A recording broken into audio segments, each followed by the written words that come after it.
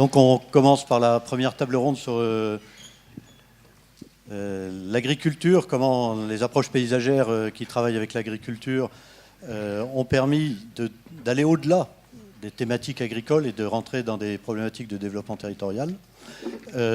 Donc il y a les intervenants. On va commencer par l'intervention de Roser Vernet-Vanguera avec Ferran Mestre, qui viennent du Priorat en Catalogne et qui vont nous raconter ce qu'ils ont fait depuis déjà une vingtaine, trentaine d'années.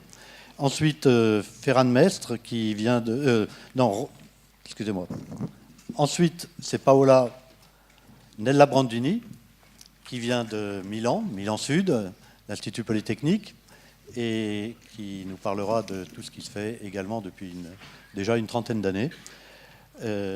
Ensuite, alors, je ne sais pas où est passé... Si, voilà. Ben, installez-vous. Donc, il y a, que je ne me trompe pas...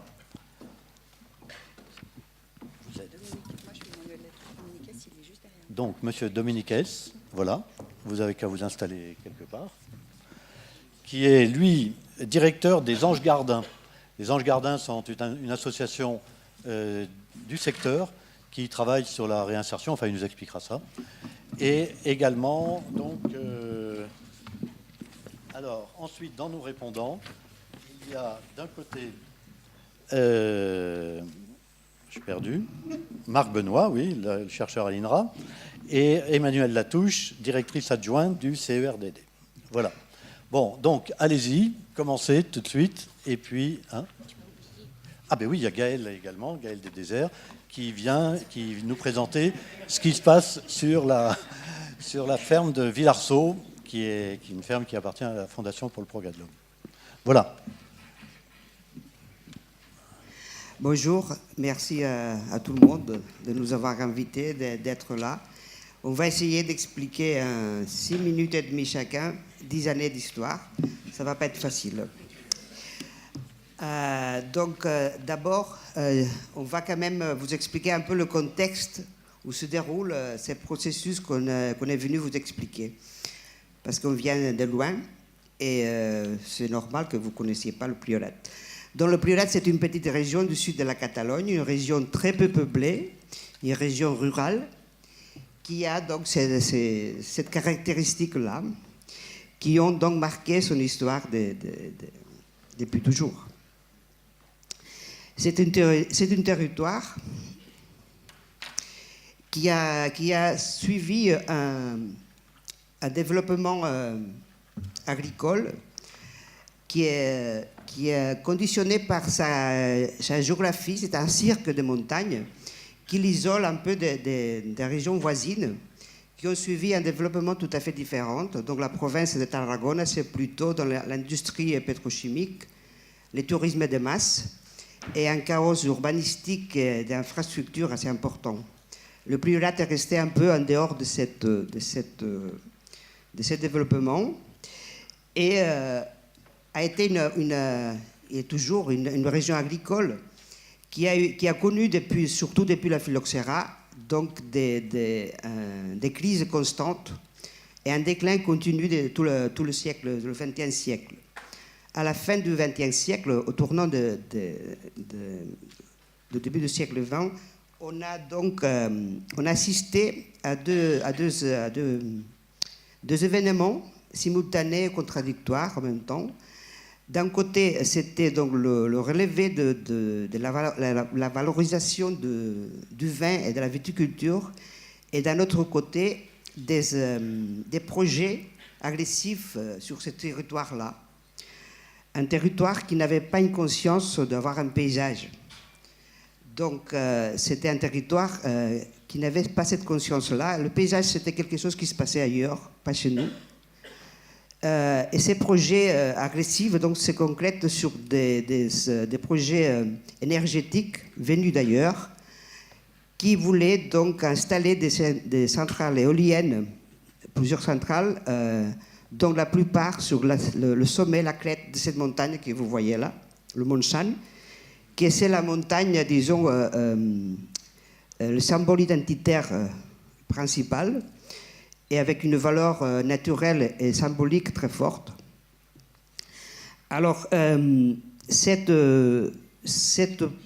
menace-là, elle s'est produite dans un moment, comme je vous disais, où il y avait un espoir de renouveau, un espoir de ne pas être obligé à être une population condamnée à l'exode, et qui, donc ces projets-là, sur un paysage qui a été très conservé, plus qu'il était abandonné, et qui avait donc un timide début d'un agrotourisme basé sur ces paysages-là.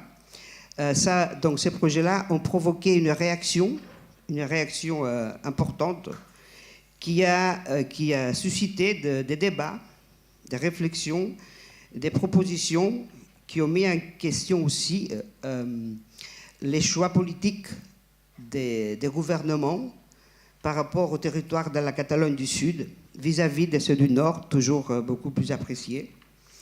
La mobilisation sociale que ça a provoquée, ça a abouti d'un côté à la déclaration d'un parc naturel du Montsant, donc, et celle de la montagne qu'on a vue tout à l'heure. Attendez, estic trobarant un embolic, estic anant endavant i enrere. Voilà.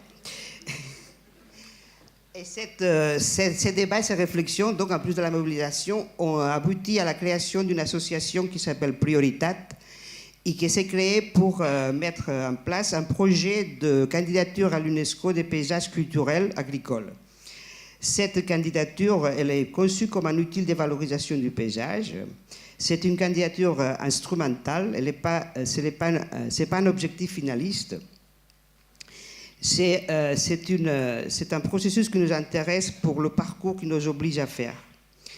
Cette candidature, donc, nous oblige et nous permet de faire un dossier pour expliquer et pour nous expliquer notre paysage et surtout pour découvrir ou redécouvrir ou mettre nom aux valeurs de ces paysages-là. C'est un paysage qui nous explique d'une façon très lisible, très claire, l'histoire de l'activité humaine dans ce territoire. C'est un paysage qui nous montre une diversité, depuis la géologie jusqu'à l'immatériel, très forte, avec une netteté, une clarté, une lisibilité et un sens de la mesure, de l'équilibre, de l'échelle et de la dimension, et surtout un paysage qui nous montre aussi l'histoire de l'effort et de l'adaptabilité de cette activité sur ce territoire-là.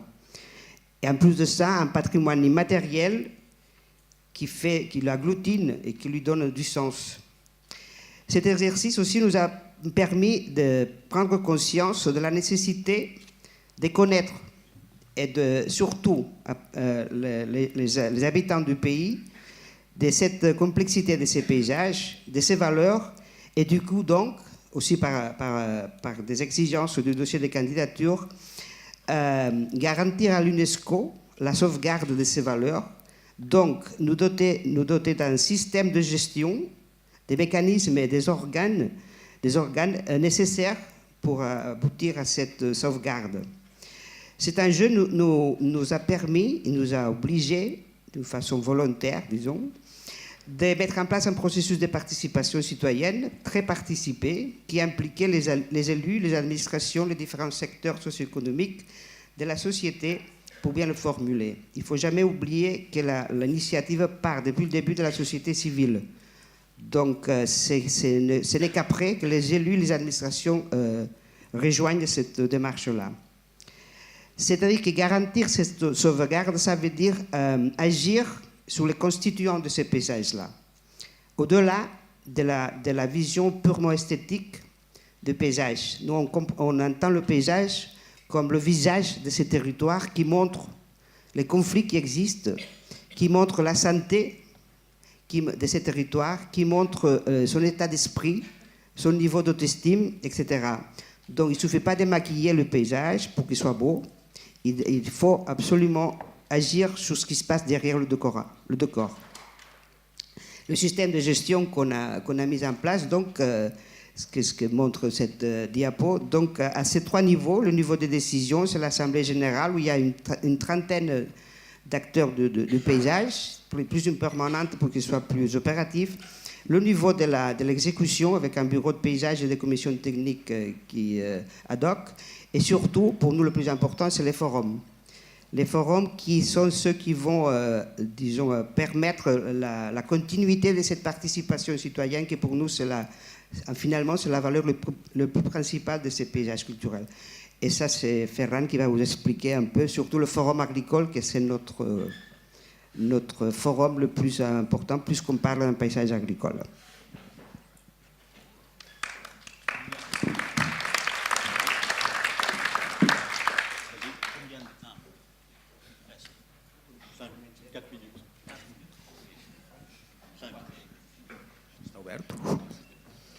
Bien.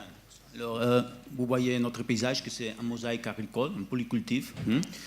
À partir des années 90, nous avons vu ce qu'on appelle la révolution du vin de Priorat, que c'est une récupération de valeurs de l'identité de notre produit local.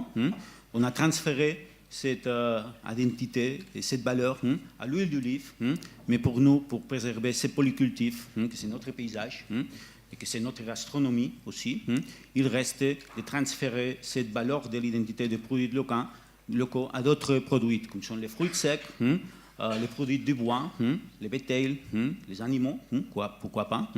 Alors nous avons fait dans les forums Maria, que c'est une plateforme citoyenne de participation et qui cherche de coordonner les différents efforts des institutions, des paysans, des coopératives pour coordonner à ce moment. On cherche de les coordonner. Et alors, on a aménagé des groupes de travail avec cette idée de dynamiser l'agriculture, parce que c'est un cercle. Les paysages agricoles en polycultif, c'est la clé de notre développement socio et économique. Et le développement socio et économique, c'est la clé de la préservation de notre paysage agricole. Alors nous avons ces groupes de travail. Le premier est très important, c'est le banque de terre du Priorat, que c'est une partie importante du système de gestion et que c'est la garantie ou la stratégie pour les relèves générationnels. Que c'est difficile, parce que les jeunes, quelquefois, ils préfèrent démarcher vers la ville. Le forum, ce qui prétend, c'est de faire des supports pour la création d'un réseau de supports pour les jeunes agriculteurs, avec surtout des formations. Et pour penser les motifs psychologiques qui mènent les jeunes à partir et à n'être pas agriculteurs. Un autre groupe, c'est la communication. On prétend de faire un réseau communicatif pour coordonner toutes les initiatives que nous avons. Un groupe d'agriculture durable, bien sûr, très important, axé sur la préservation du sol et de la fertilité et de l'eau du sol, très important pour nous. Nous avons un été très dur. Nous avons besoin aussi de prendre conscience des effets des pratiques agricoles liées au pétrole sur notre environnement. Et bien sûr, c'est pour ça que nous sommes ici, pour apprendre à faire le débat sur la transition énergétique. Cet effet, nous avons par exemple l'attraction animale jamais perdue, en expansion, et nous avons de restaurer aussi ces animaux pour les cycles de la fertilisation de la terre. Et à niveau énergétique, profiter le soleil, bien sûr, les déchets agricoles, et dimensionner la génération d'énergie à notre petite échelle. Un autre groupe, c'est des abattoirs locaux pour aider à la ferme bio. Il y a quelques fermes bio avec fermeture du cycle énergétique et aider aussi à les pâturages extensifs pour la gestion forestière aussi. Nous avons un groupe aussi de santé et nourriture pour lier les valeurs des produits agricoles locaux de chaque saison et principalement les fruits secs, les noisettiers, les amandiers, qui sont une valeur nutritionnelle et gastronomique pour nous et paysager. La floration de l'amandier, c'est une cadre postale très jolie. Je recommande vous de venir au Priorat en février parce que c'est superbe. Lié à ça, les groupes de variétés traditionnelles, de récupération et diffusion des variétés traditionnelles, des légumes, des fruits, des amandiers, des noisetiers, de la vigne aussi, du vignoble. Croyons aussi que les variétés traditionnelles transférées au potager familial, mais aussi aux agriculteurs professionnels, et une sortie commerciale aussi, et pour les restaurants. Et alors, le dernier groupe, c'est le commerce local et restauration, pour améliorer la communication entre les agriculteurs et le tourisme, le secteur touristique. Et nous avons, c'est important pour nous de dire, nous avons une forte complicité avec un réseau coopératif catalan, que c'est la xarxa d'Ateneus. Athénée, c'est possible de dire ça en français, Athénée, non? Un réseau coopératif. Nous avons une forte tradition coopérative au Priorat, mais basée en l'agriculture. On prétend de cette forte tradition coopérative la revaloriser dans d'autres domaines, comme le commercial, pour faire front à les exploitations plus industrielles qui sont une menace pour nous, on peut dire. Alors, merci beaucoup de votre attention.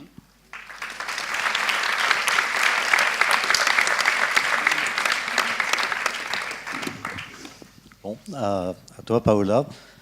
Donc, après une zone un peu en déprise il y a 30 ans, maintenant Milan, une grosse ville, métropole.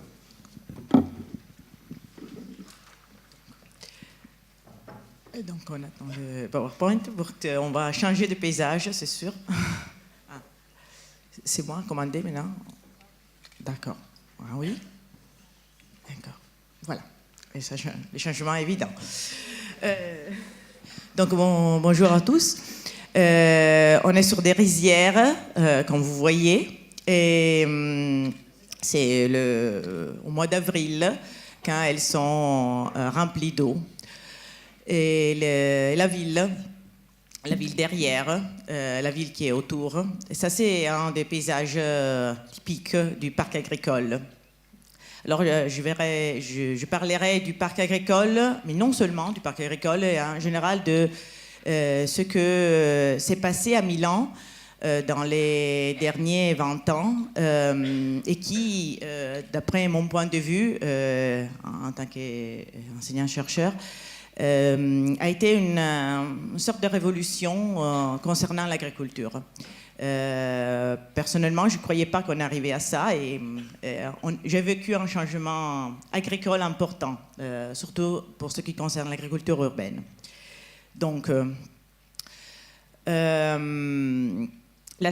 vous voyez la carte schématique du parc agricole qui ne couvre pas l'entière Aix-Provence et maintenant métropole de Milan, couvre plus ou moins la moitié.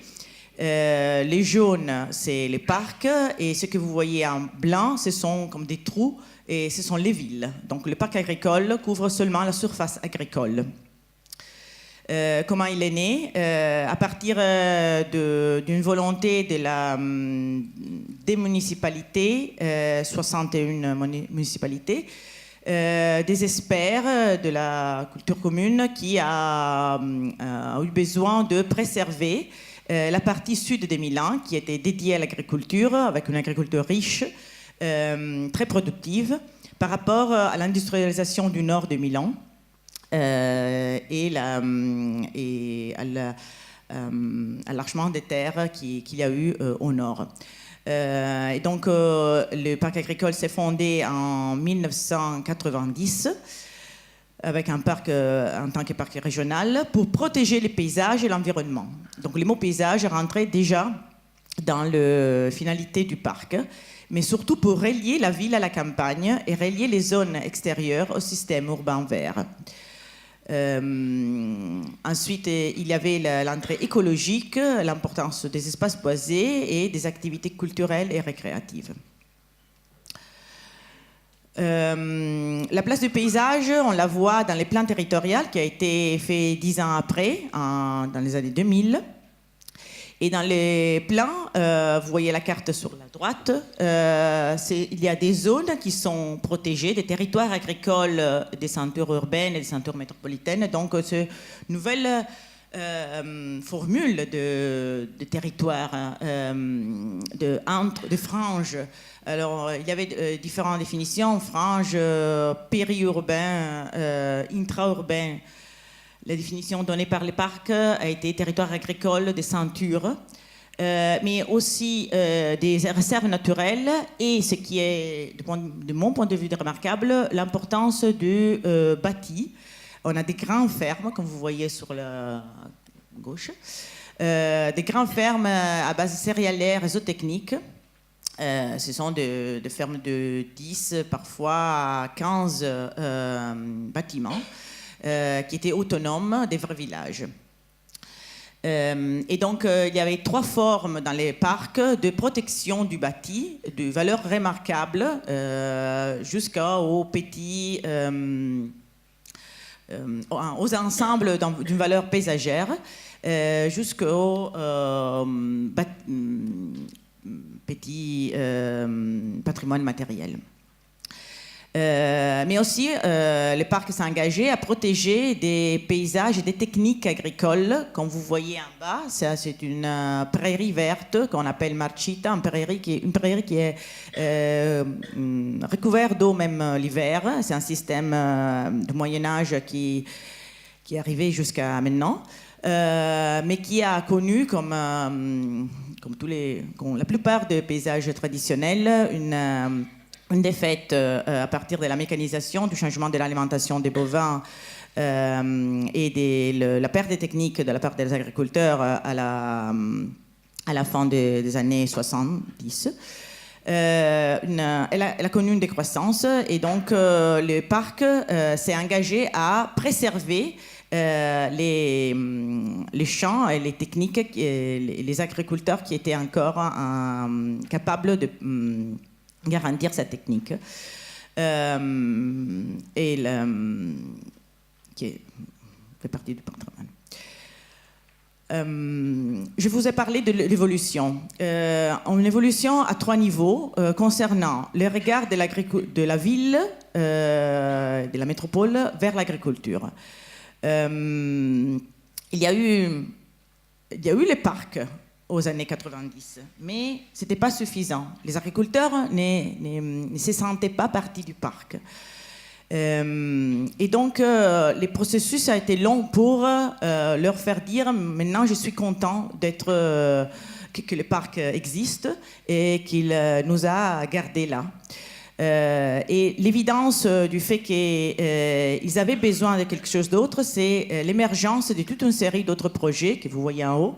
Donc le parc agricolo Ticinello, le parc des Rizières, qui ce sont des projets de ce qu'en France on appelle projets de territoire, en co-construction entre les agriculteurs et les citadins, donc qu'ils partent du bas.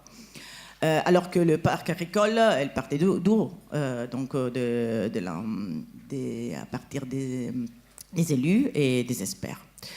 Donc ces 2 exigences se sont rencontrées à un certain moment et à partir des années 2010 aussi la formation des districts agricoles soutenus par la région mais qui sont des associations de sociétés des agriculteurs ont vraiment dynamisé l'agriculture et ont fait que les agriculteurs ont commencé à s'occuper du paysage et dans leur plan, dans le plan des districts, à parler du paysage parmi les 10 actions qu'ils voulaient amener.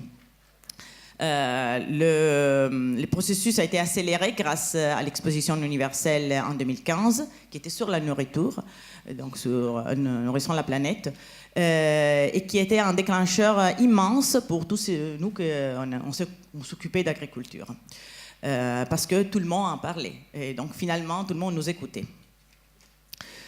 Qu'est-ce qu'a fait les parcs pour se rapprocher aux agriculteurs? Toute une série d'actions, d'accompagnement. Ils ne donnaient pas de l'argent directement, mais ils les accompagnaient des actions comme le marché à la terre, le label pour la production d'une qualité environnementale, donc pas la qualité des produits, mais en général des gestions de la ferme.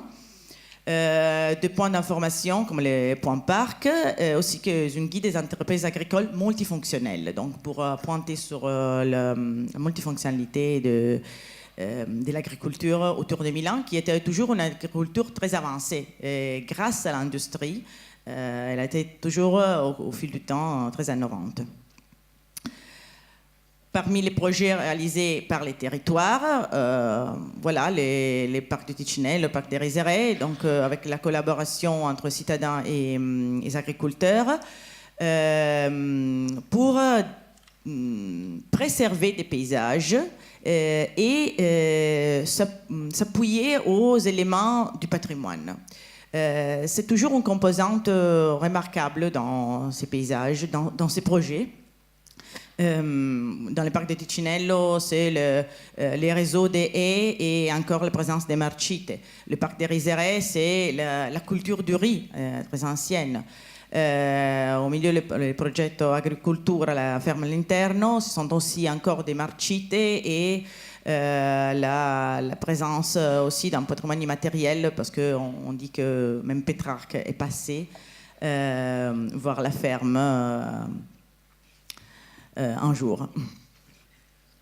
Et quand on rentre au milieu du parc, des projets qui sont portés par les mairies, par le parc et par les citadins. Donc un vrai projet concerté. Ça, c'est un musée, une nouvelle idée d'un musée, musée workshop, qui est dans un bâtiment.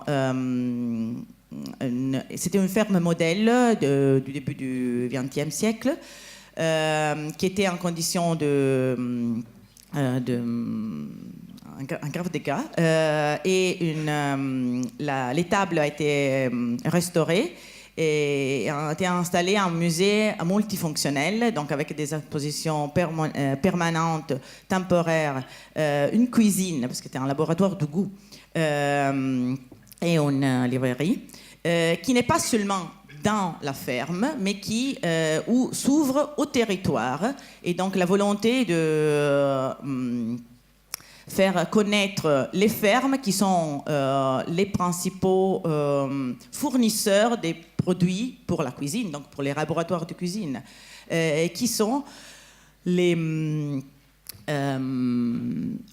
producteurs du paysage qu'on a mis en valeur à travers de la carte thématique qui va toujours montrer les paysages historiques. Donc d'où vient-il ces paysages qu'il a 300, 400, 105 ans.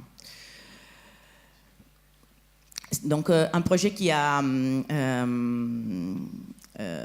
connecté différentes municipalités. Donc, est-ce que le paysage a été un moteur pour la transition de Milan vers l'agriculture? Parce que Milan n'était pas connu pour l'agriculture. Vous connaissez peut-être pour la mode, pour l'industrie, mais maintenant, ou bien dans ce contexte, peut-être vous déjà avez commencé à découvrir Milan en tant que ville agricole, deuxième ville agricole d'Italie. En tant que surface. Je crois que la transition s'est appuyée surtout sur la valeur matérielle et immatérielle du paysage.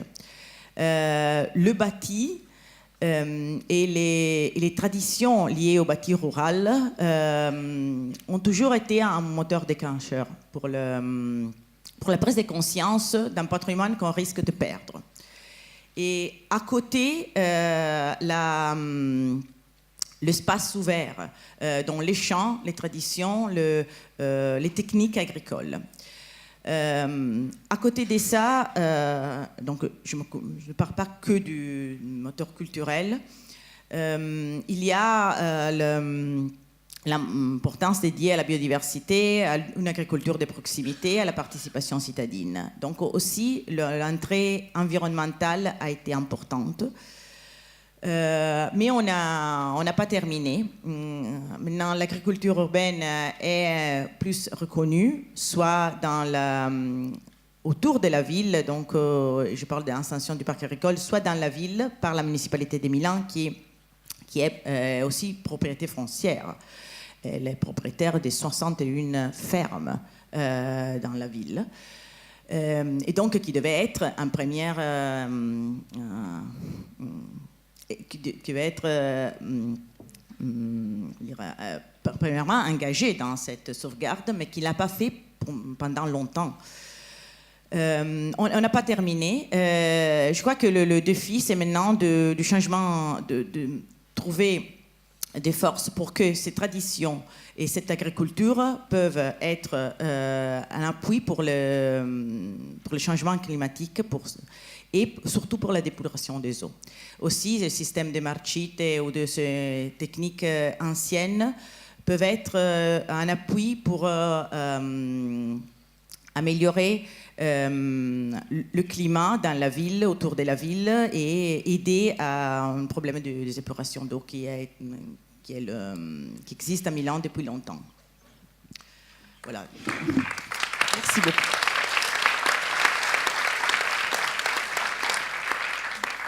Merci.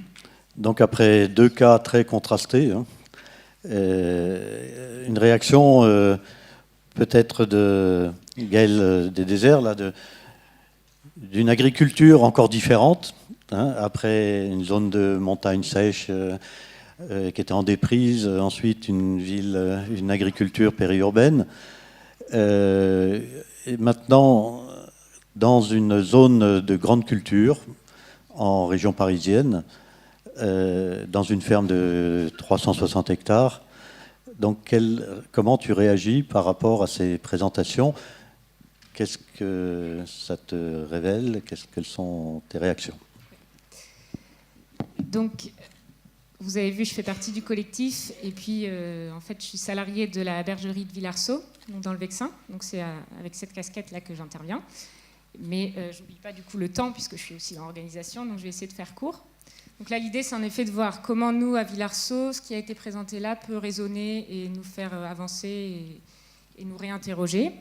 Donc simplement pour vous resituer, Villarceau, c'est là donc, où est né le collectif PAP, ce qu'a dit Odile tout à l'heure. C'est un site donc, de 600 hectares en tout, 230 hectares de forêt, 370 hectares de terres agricoles. Donc pas du tout la même échelle que chez vous. Là, on est vraiment sur un territoire, on ne peut même pas parler de territoire, c'est un site... beaucoup plus réduit. Donc dans le Vexin français, qui est au nord-ouest de l'Île-de-France, limite Normandie. Donc un territoire, un grand plateau agricole très marqué par l'agriculture conventionnelle et industrielle, qui a connu donc une grande mutation suite à la Seconde Guerre mondiale. Et donc la bergerie de Villarceau, comme l'ensemble du territoire, a connu ces grandes mutations que vous connaissez, je pense. Et depuis le milieu des années 90, le propriétaire du site, donc la Fondation Charles-Léopold Meyer, qui soutient aussi ce colloque, a initié une transition pour cette bergerie et a voulu en faire non pas un modèle, mais un prototype de ce que serait une transition d'une grande exploitation conventionnelle en un site agroécologique qui soit plus autonome en termes d'intrants et qui soit plus résilient face aux aléas climatiques, économiques, sociétaux auxquels on doit s'attendre. Et ce qui va nous intéresser ici, c'est qu'en fait, pour assurer cette conversion, les porteurs de projets initiaux, dont Mathieu Calam qui conclura cette journée, n'ont pas eu peur de modifier radicalement le paysage qui était en place. Et au contraire, on voulu montrer comment le changement de modèle doit passer aussi par un changement de forme et de visage. Et on ne peut pas produire de la même manière en gardant le même socle et outil qui a été celui d'une agriculture conventionnelle. Donc la forme a été radicalement modifiée, le parcellaire a été recomposé avec des parcelles beaucoup plus petites, en lanière d'une moyenne de 8 hectares. La rotation des cultures a été largement diversifiée et allongée, ce qui fait que dans le paysage, on a une diversité beaucoup plus marquée, une saisonnalité qui est lisible. Les prairies réintroduites font aussi que le paysage va évoluer vers un paysage d'élevage avec ses clôtures, avec les animaux qui du coup le réhabitent. Et puis la trame arborée va être très travaillée pour être au service de la culture et assurer un enrichissement mutuel entre la partie cultivée et la partie arborée. Donc l'arbre un peu sous toutes ses formes. Je ne vais pas préciser là, ce n'est pas l'objet. Mais du coup, ce qui prend forme, c'est en fait quelque chose de nouveau, qui est radicalement différent de ce qu'il y a autour de ce site. Alors, les résonances, du coup, avec ce que vous avez présenté, alors, vous en avez moins parlé là, mais dans l'article que le collectif PAP a réalisé suite à votre visite, c'était beaucoup plus marqué.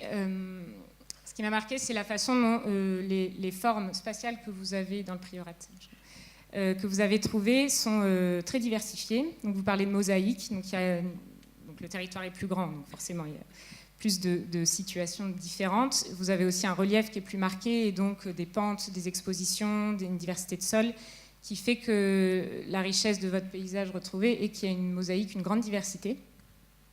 Ce que chez nous a été plus délicat, ou vous pourrez travailler là-dessus, mais chez nous c'est beaucoup plus plat.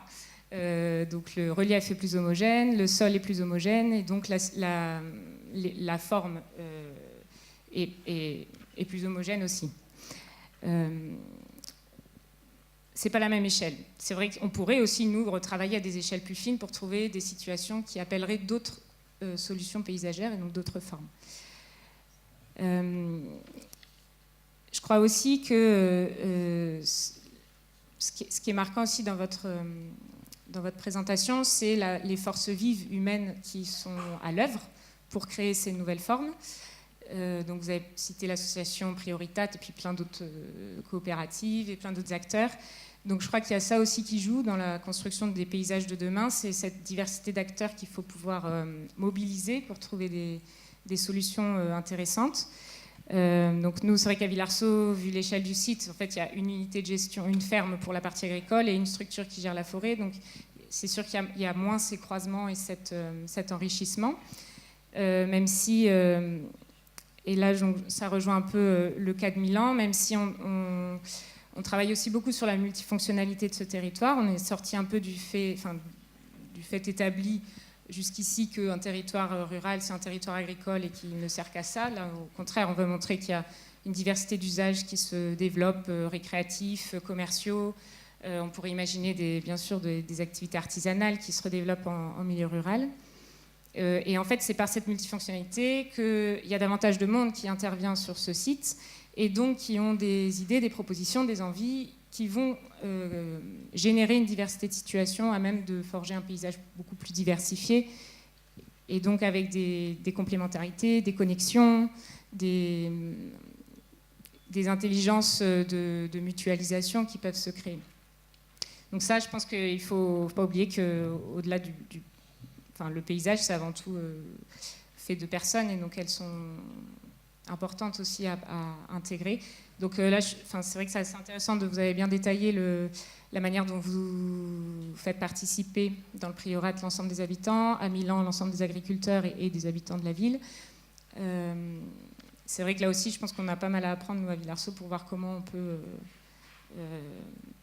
intégrer davantage de monde pour trouver des solutions qui, en termes de paysage, vont permettre de résoudre des questions de transition énergétique de notre site, transition agricole qui a déjà été bien avancée, transition alimentaire aussi. Et il y a un dernier point qui m'avait très intéressé quand on a été à Milan, parce que du coup j'ai eu la chance de faire la visite de site du Quai de Milan avec le collectif, c'est la manière dont c'est par la protection finalement que vous en êtes, par la protection assez stricte en fait des terres agricoles, des bâtiments. Je me souviens que les agriculteurs, s'ils voulaient réaménager un bâtiment, c'était toute une affaire, quoi, ou construire un autre bâtiment, et donc on avait presque l'impression que c'était un obstacle à l'évolution possible de ces exploitations agricoles. Et en fait, au contraire, c'est par cette exigence d'être attentif au patrimoine dont on hérite que des solutions ont été possibles en trouvant des formes plus nouvelles et de ne pas tomber dans les écueils des formes un peu simples qu'on aurait pu trouver plus facilement. Donc à Villarceau, il n'y avait pas du tout cette idée de protéger le paysage d'open field traditionnel du Vexin. Au contraire, pour servir la transition agroécologique du site, le choix de l'arbre, par exemple, a été largement réimplanté. Donc il y a énormément de haies qui ne sont pas traditionnelles sur le reste du territoire, au risque même, pour certains voisins, de se dire, Villarceau, Tant que c'est que sur le site de Villarceau, ça va, mais il ne faudrait pas que tous les agriculteurs du Vexin trouvent les mêmes solutions, parce que sinon on perdrait notre identité d'open field, de grands paysages ouverts avec des grandes vues, etc. Du coup, il y a un peu cette réflexion qui, je pense, va être largement débattue à la table ronde d'énergie, parce que c'est un peu le grand débat aussi de la transition énergétique par rapport à la protection des paysages, mais en agriculture, finalement aussi, ça peut être un élément intéressant pour réfléchir comment on fait évoluer notre paysage pour répondre à la fois à un héritage, une identité, une tradition, et en même temps faire avancer nos pratiques vers un modèle plus autonome et résilient. Voilà pour moi.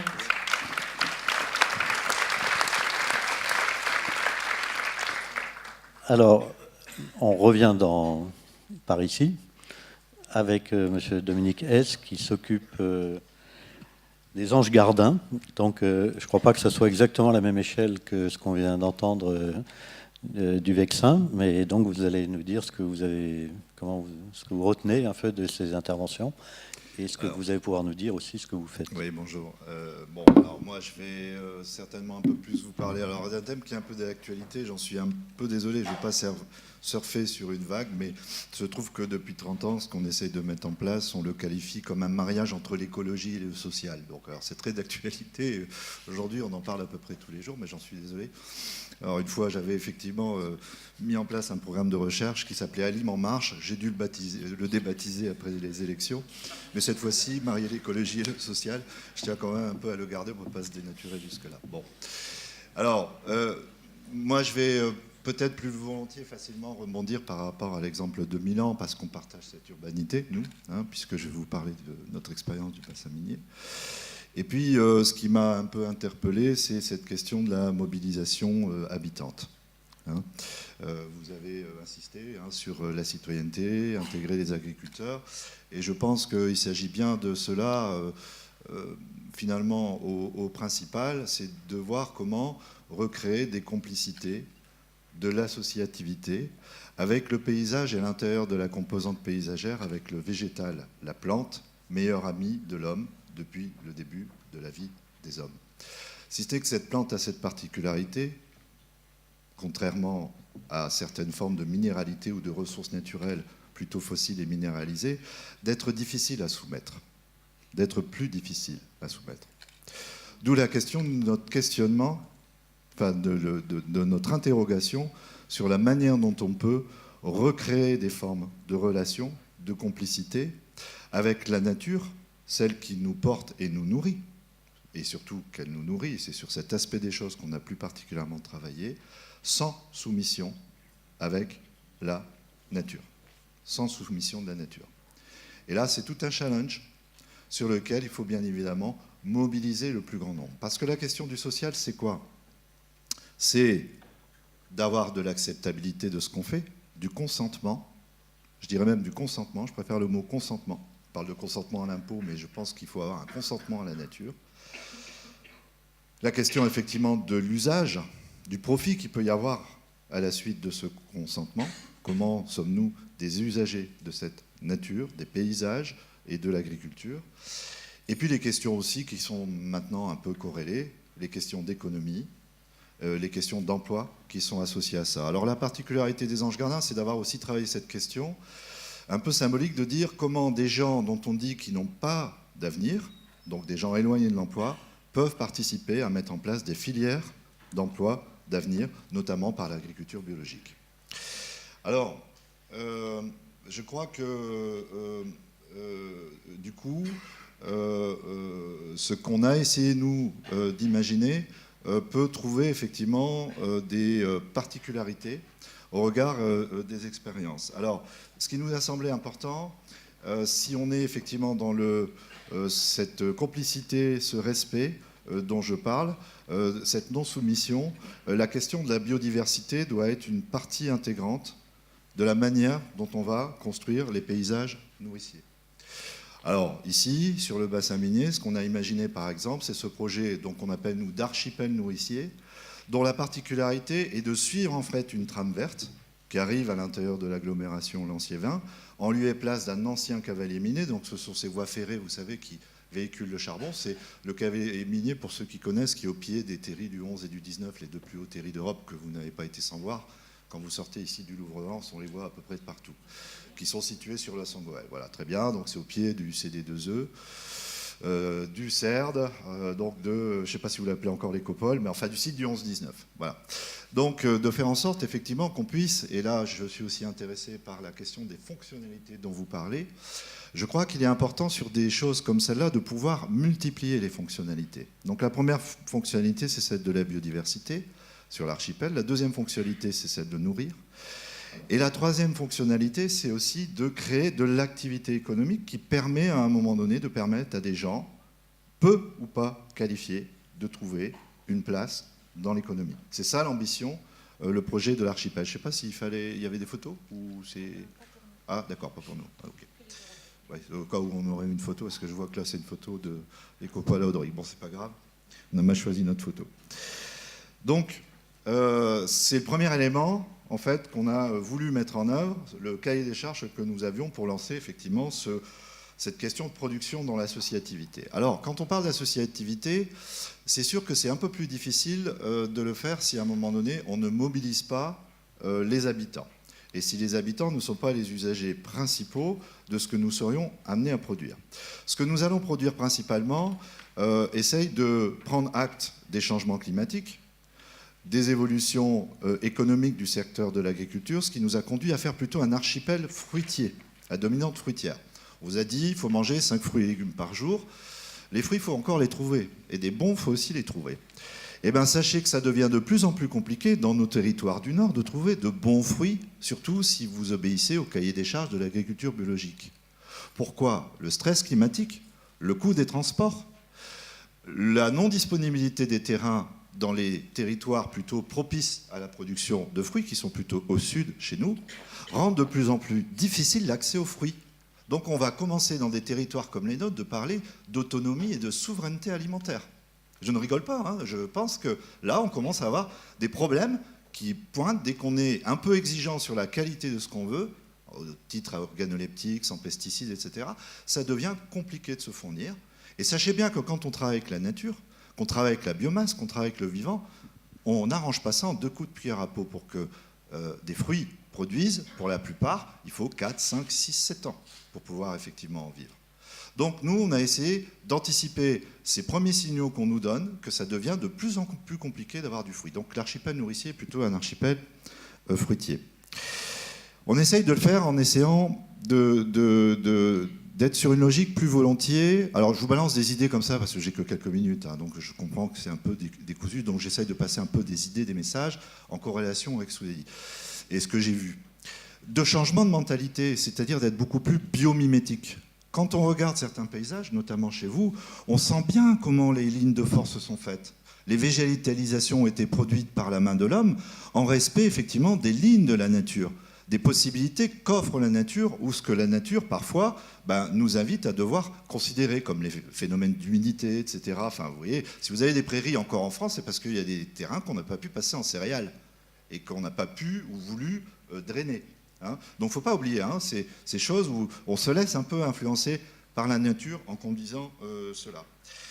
Et puis cette associativité dont je parle, parce qu'on parle beaucoup de participation, mais on ne voit pas toujours forcément la teneur et les forces de mobilisation.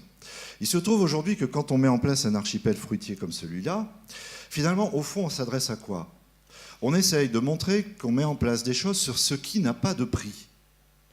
La biodiversité n'a pas de prix, l'emploi des plus faibles n'a pas de prix, la santé liée à ce qu'on produit n'a pas de prix.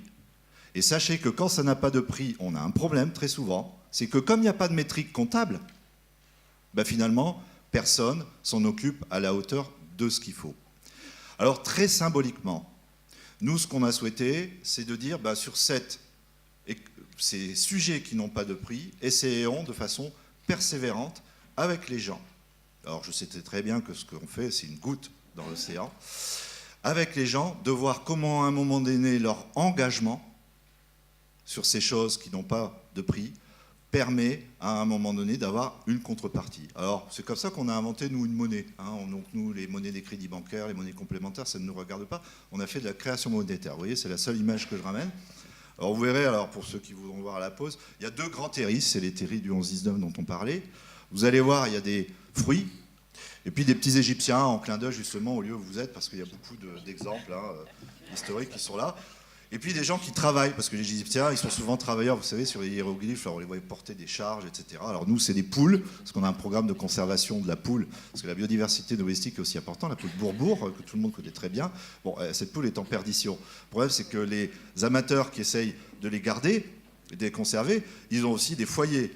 Ils ont éventuellement un époux, une épouse qui n'est pas tout à fait d'accord à l'idée que les poules se démultiplient à l'envi pour conserver la race. Donc, du coup, on a trouvé une idée, c'est de dire pourquoi les habitants ne seraient pas familles d'accueil de ces poules avec des contreparties. Je peux vous citer plein d'exemples comme ça. Donnez-nous des jardins.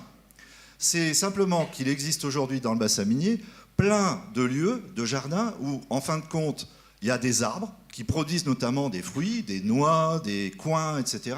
Mais une fois que chaque foyer s'est servi sur son arbre, il reste énormément de fruits. Les sociabilités du passé, la famille permettait de les écouler. Là, tout ça, c'est un peu délité. Il faut que tout ça arrive à circuler. Grâce à ce type de marqueur, d'échange, on arrive à faire en sorte qu'on puisse faire société et intérêt autour de ces questions qui n'ont pas de prix. Alors, juste pour vous dire, cette histoire de mobilisation habitante, d'acceptabilité sociale, de ce côté rupture aujourd'hui qui existe, on le voit bien dans le débat des Gilets jaunes, cette espèce de fossé qu'il y a dans le rapport que nous pouvons avoir avec l'écologie et la nature. Je crois que toutes nos initiatives gagnent avec persévérance à créer les associativités qui fait que le peuple, les gens, tout le monde, par des choses très simples comme celle-là, avec des contreparties, parce que je trouve qu'il y en a marre à un moment donné parfois de demander aux gens de se mobiliser, de se sensibiliser, de faire des bons gestes, sans qu'il y ait un minimum de reconnaissance de ces gestes. Grâce à cette manne, on peut acheter des légumes, on peut acheter des poules, on peut acheter du grain pour les poules, on peut... Voilà. Eh bien, ces contreparties, je vois qu'il y a des initiatives comme Clink aussi qui essayent de trouver des lieux de contrepartie, vous savez, par rapport au recyclage, permettront à un moment donné de créer de l'intelligibilité, du sens, de la réconciliation dont nous avons besoin dans toutes nos initiatives, en sorte qu'effectivement, demain, les assemblées que nous formerons sont constituées d'une biodiversité aussi de gens qui viennent écouter, échanger et proposer. Merci.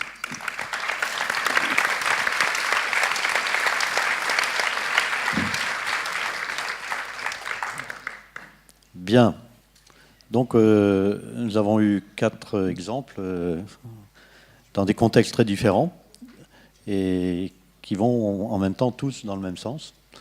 Maintenant, peut-être 2 regards un peu décalés, extérieurs.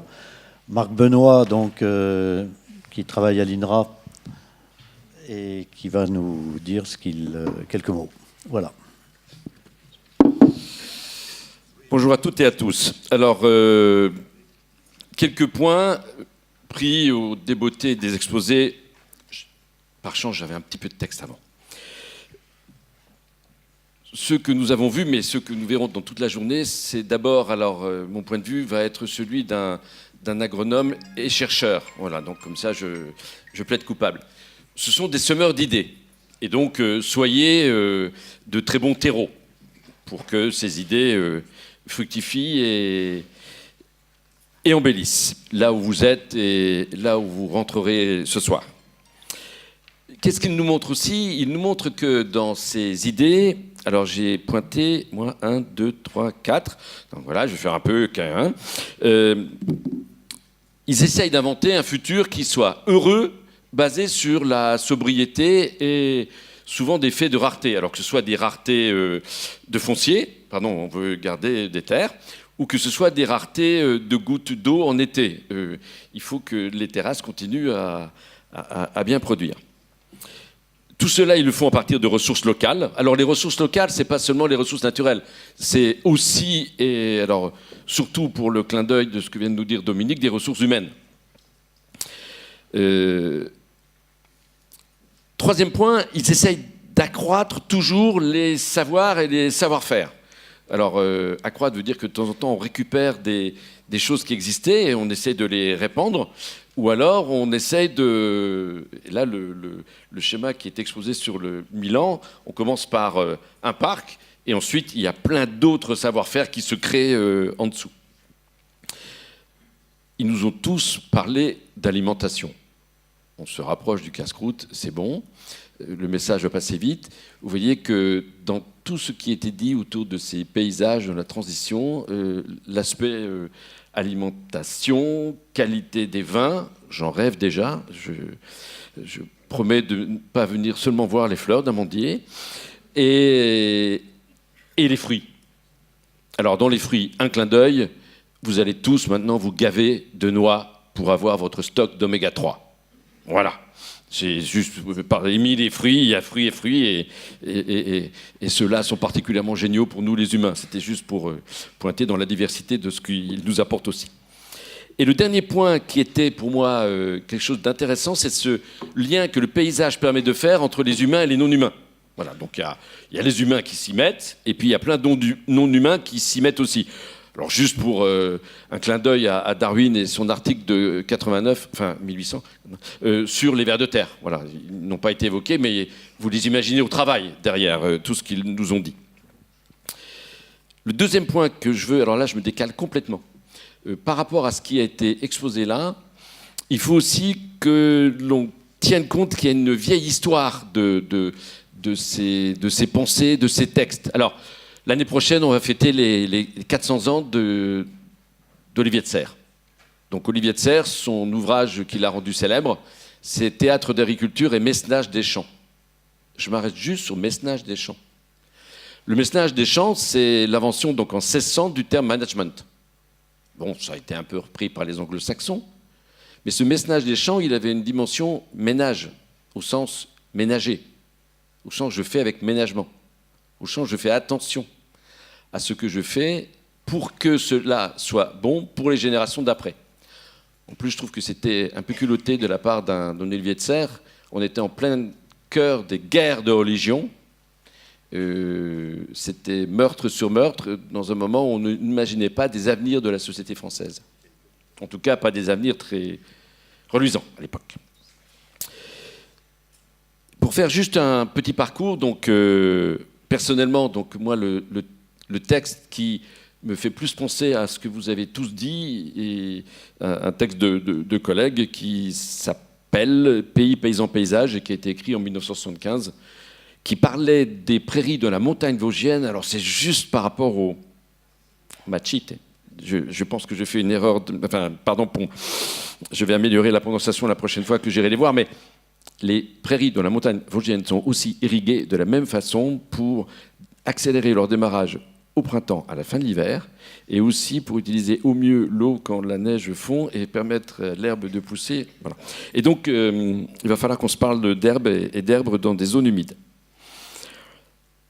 Pour finir, paysage et agriculture, donc, qui était le cœur de cette première séquence. Eh bien, je vais mettre trois éléments. D'abord, les paysages sont des paysages à organiser. Alors, pour une agriculture, alors ils l'ont peut-être pas osé de façon aussi claire. Enfin, ils l'ont pas dit, donc ça, c'est moi qui... Ils veulent, ils pratiquent, ils développent, ils soutiennent une agriculture écologique. Voilà. Donc, pour aller vite. Ça veut dire que pour cela, il faut prendre en compte des potentialités très fines des territoires. Et là-dessus, les micro-terrasses, les petites zones, les choix de cultivars au priorat, moi, je fais du petit lait. Et d'un autre côté, sur les potentialités, Gaël s'est presque excusé de dire « Oui, mais nous, à Villarceau, c'est quand même sacrément plus homogène, c'est moins rigolo, c'est moins... » Bon, eh bien oui, de temps en temps, on a aussi des diversités qui sont spatialement un peu moins découpantes, mais ça n'empêche qu'il faut les prendre en compte quand même et tenter de les révéler. Sur ce point-là, alors c'est juste, dans la salle, il y a quelques enseignants aussi, il y a aussi des étudiants, il y a même des postmasters. Il faut l'enseigner. Un des points terribles de ce petit terroir, voilà, j'ai lâché le mot, qu'on essaie de faire revivre avec cette diversité des territoires, c'est qu'essayer de traduire terroir en anglo-saxon, C'est-à-dire qu'il faut l'enseigner, mais l'enseigner non seulement pour nous et les générations d'après, mais aussi au-delà de nos frontières, si on veut que cette diversité-là soit reconnue. Donc là, j'essaie de penser aux camarades qui vivent à l'heure actuelle avec Donald Trump comme président des États-Unis. Deuxième point de conclusion, les paysages pour une transition vers un développement plus harmonieux du territoire. J'ai envie de dire cela et ça me permettra de faire un clin d'œil à Odile comme ça sur l'harmonie. Ça veut dire qu'il faut réintégrer l'agriculture dans des débats de l'aménagement du territoire.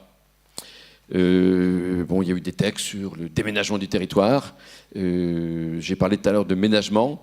Eh bien, il va falloir effectivement, et les exemples présentés ce matin sont là-dessus remarquables, comment faire un aménagement qui ménage les territoires à long terme, à très long terme. Et à partir de l'expérience de Milan, j'ai vu Slow Food à un moment donné. Il faut rendre hommage à celles et ceux qui permettent une résistance pas totalement victorieuse, mais partiellement au hamburger. Et sur cette harmonie, je veux la poursuivre jusqu'au cuisinier. Voilà. Donc comme ça, je rajoute le nombril qui avait été un peu oublié, je rajoute le cuisinier qui avait été évoqué, mais peut-être trop rapidement, pour dire que ce que l'on fait, c'est aussi pour manger. Alors, quand je dis pour manger, il ne faut pas aller trop simple. Je veux dire, l'agriculture, ça sert aussi à s'habiller. Merci. Je veux dire, le lin n'est pas si mal que ça quand il fait un peu chaud. Et ça peut aussi servir à soigner. Les huiles essentielles, à l'heure actuelle, sont de plus en plus utilisées pour plus que seulement s'alimenter. Enfin, les paysages contribuent à aider les humains à imaginer des avenirs. Alors, c'était très net dans l'exemple du Priorat, mais les grosses fermes autour de Milan et leur passé multiséculaire, c'est exactement cela. C'est-à-dire comment, à partir de ces paysages, on invente des agricultures diversifiées pour l'avenir. Alors, juste pour ajouter 2 exemples, alors, si vous mangez encore des produits d'origine animale, bien sûr, vous allez les manger exclusivement à base d'herbes de prairie permanentes et pas d'un mélange maïs-soja importé du Brésil.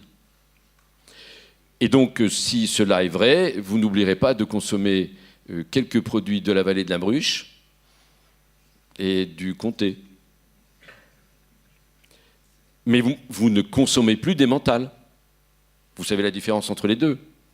C'est que l'un des deux, l'emmental, a un rapport oméga 3, oméga 6 affreux. Et dans l'emmental, vous avez beaucoup de soja brésilien, avec les conditions de production du soja brésilien. Dans le comté, vous n'avez pas ce que j'ai dit avant. Donc maintenant, le développement de l'emmental et du comté dépend de votre appétit. Et pour finir, 3 points ramenés à la maison. Les philosophes disent, synthèse, non, c'est les 3 pieds du tabouret. 1, les sols. Les sols, c'est la très petite pellicule qui permet à notre Gaïa, comme dirait Bruno Latour, de tenter de résister à la pression de nous, les humains, et des changements que vivent cette très fine pellicule. 2 à 3 mètres de sol pour les sols les plus profonds, pour 6 millions de mètres jusqu'au cœur de la planète. C'est rien. Et si jamais ces sols-là sont mal, les générations d'après ne seront plus. Donc c'est simple. Il faut toujours articuler activité, acteurs et territoire. Et dans cette articulation, je trouve que ça a été très bien montré, les habitants, les universitaires, les chercheurs, les élus et les innovateurs doivent pouvoir travailler ensemble. Et ce n'est pas si facile à faire. Enfin, pour terminer, ils l'ont dit, les solutions basées sur la nature, on n'a pas d'autre voie. La seule chose à faire, c'est d'en inventer une énorme diversité pour qu'elle puisse être applicable dans tout un tas d'autres endroits de notre petite planète. Merci pour ces exemples encore.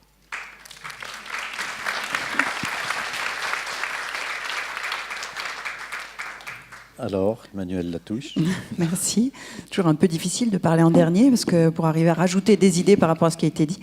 Je travaille pour un groupement d'intérêt public qui travaille à la fois pour l'État, la région, l'ADEME et des collectivités, et qui essaye d'accompagner par de la ressource, par des moments d'échange, la transition au sens le plus large vers un développement durable, donc intégrant la transition énergétique, la transition alimentaire. Voilà, donc je suis ravie d'être ici. On a une marotte au CERD, c'est le dialogue et la concertation qui sont pour nous des volets incontournables de la construction d'un développement plus durable. Et donc, l'approche paysagère rime parfaitement avec nos travaux. C'est une approche à la fois intégrée, qui effectivement le reflet fidèle des choix de développement qu'on a pu faire jusqu'ici, que ce soit une ligne à haute tension, un open field ou encore une autoroute. On voit bien qu'on a là une image, une espèce d'instantané de tous les choix qu'on a fait jusqu'ici. Et du coup, nous, CERD, on peut lire dans le paysage finalement à la fois le développement pas durable et peut-être imaginer le développement durable. Donc on est fort intéressé par ces approches de paysage. La spécificité pour moi du paysage, c'est quand même, et ça a été dit en introduction par la présidente du collectif, c'est que c'est un bien commun. On n'a peut-être pas encore prononcé le mot, mais par contre, il interroge et il convoque le sensible, l'esthétisme, ça a été très bien dit, et donc il nous interroge tous. Et en ça, c'est un objet finalement de démocratie, puisqu'on a tous un avis par notre passé sur le paysage qui accompagne notre enfance, qui accompagne notre quotidien. Voilà. Par contre, ça le rend extraordinairement complexe.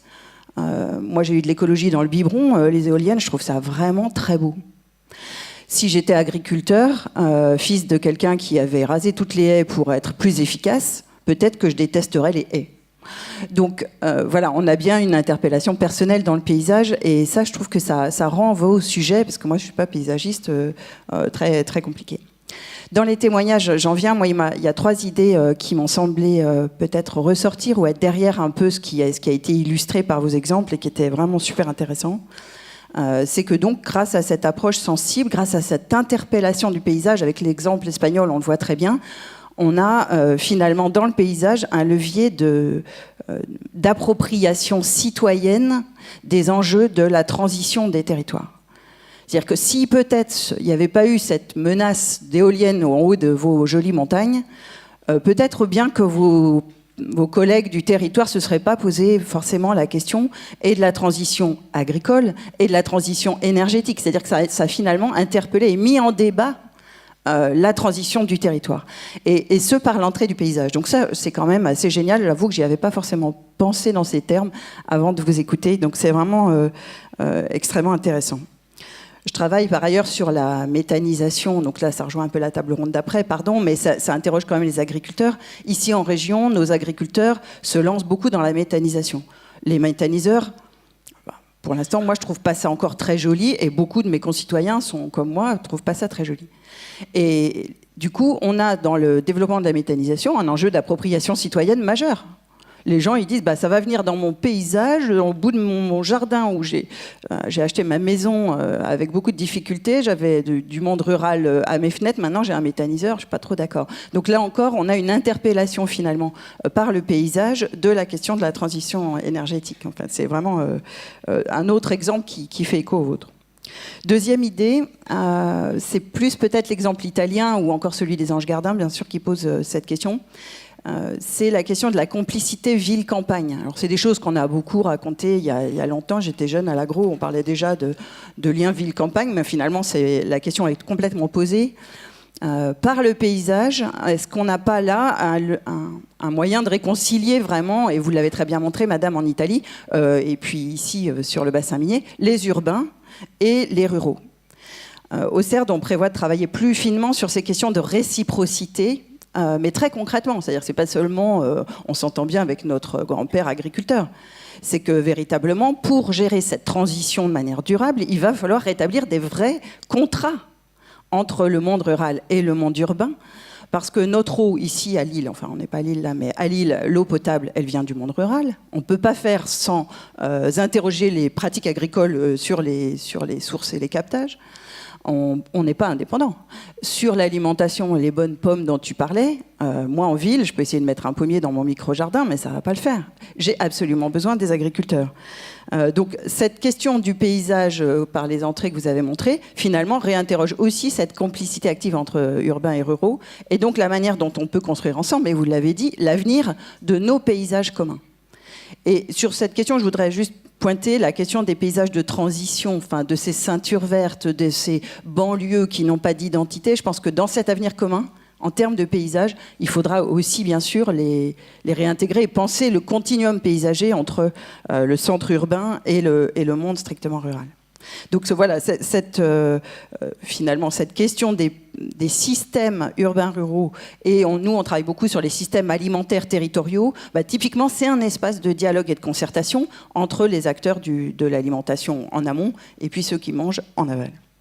Dernière chose, parce que j'ai un faible pour les agriculteurs, vous avez utilisé beaucoup le terme d'agriculteur, comment vous avez dit producteur de paysages.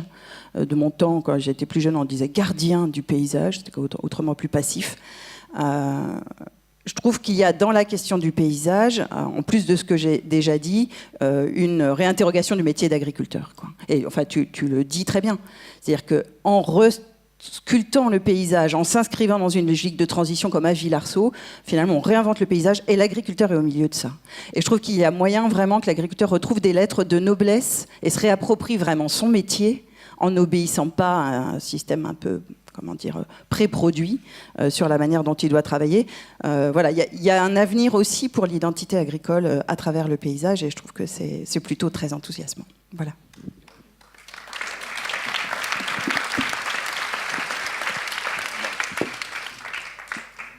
Bon, alors il nous reste un quart d'heure en gros.